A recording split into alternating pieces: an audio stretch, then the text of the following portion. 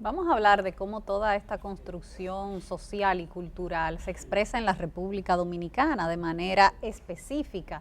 Somos uno de los países con mayores niveles de violencia hacia la mujer de la región, y aunque las cifras, por ejemplo, de los feminicidios difieren entre las oficiales y las de organismos que llevan las cuentas, todas siguen siendo altas, todas las cifras siguen siendo altas, tanto de denuncia de casos de violencia como de hechos ya consumados de feminicidio. ¿Cómo se da esa relación en la República Dominicana? ¿Cómo se ejemplifica esa relación de poder en la República Dominicana? En República Dominicana hay varios indicadores y yo no voy a tomar como referente único el feminicidio, aunque sea el más dramático, sino otros que son también muy importantes, como por ejemplo la carga por discapacidad creada por violencia recibida. Esa es una unidad que mide cuál es el impacto de discapacidad que le queda a la mujer como resultado de la violencia recibida, que es algo que se traduce en problemáticas de salud mental, sobre todo con los trastornos de ansiedad, la depresión y estrés postraumático. Eso en salud mental nosotros le llamamos problemas internalizados, porque la mujer lo tiene y solo le afecta a ella, pero ella es la que tiene que costearse sus medicamentos, ella es la que tiene que comprar sus antidepresivos, y eso es algo que por lo regular no se difunde.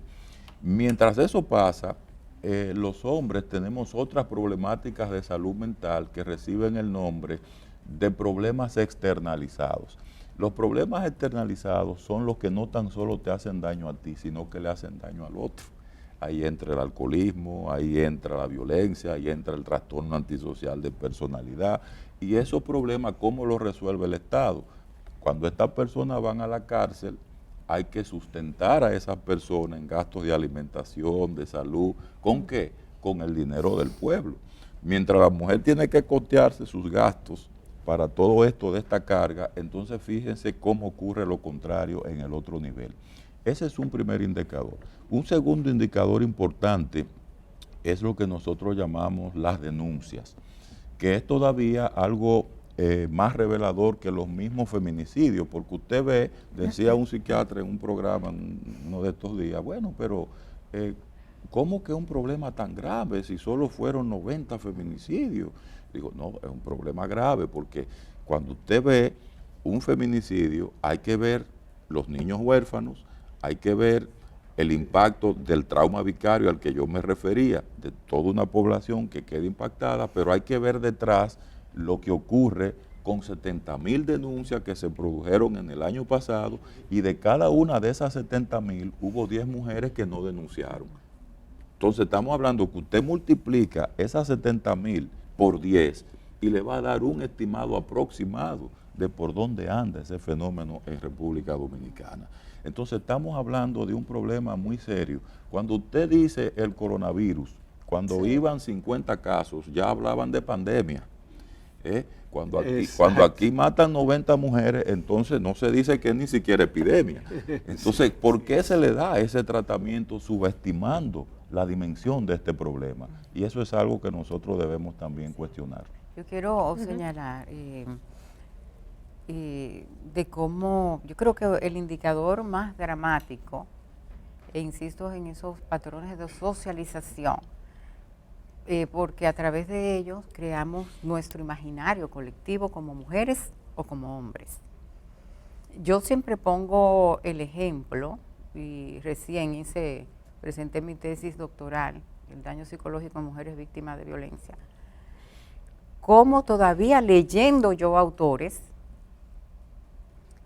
mi inconsciente colectivo me remitía que yo estaba leyendo hombres. Y después como que decía, pero son mujeres. O sea, fíjate, cuando yo estudié psicología, los autores que yo conocí fueron hombres. ¿No? Los que desarrollaron la psicología, Melanie Klein, la vinimos a conocer después en la maestría, pero eran hombres. Entonces, ¿quiénes hacían la ciencia? Los hombres. Entonces, todavía el inconsciente te traiciona cuando tú tienes que pensar en ciencia, te remite a que los hombres son los que tienen la sapiencia, la sabiduría, y las mujeres vamos más a esos roles tradicionales.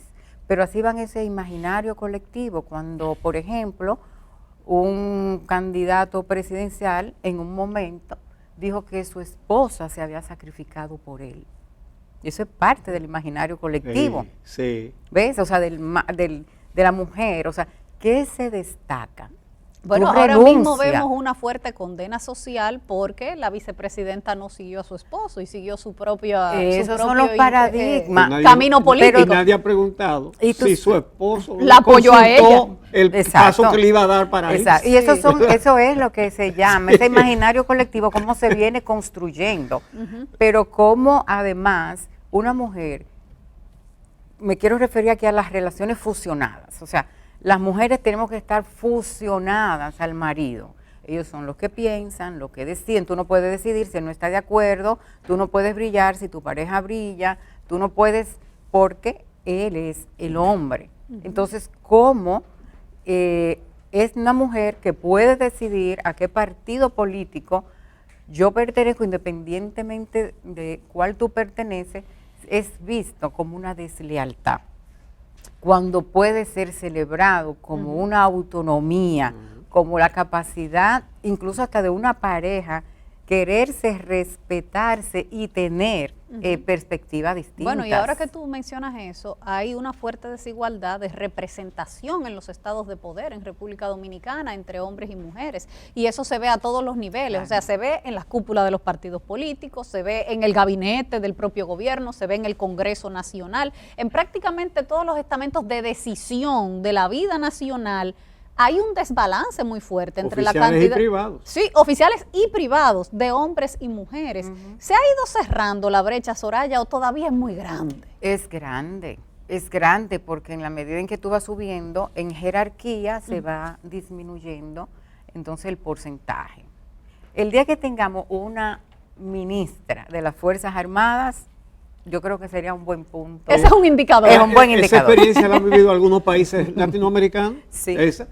Vamos a hacer una pausa, la última pausa, para regresar ya a las conclusiones.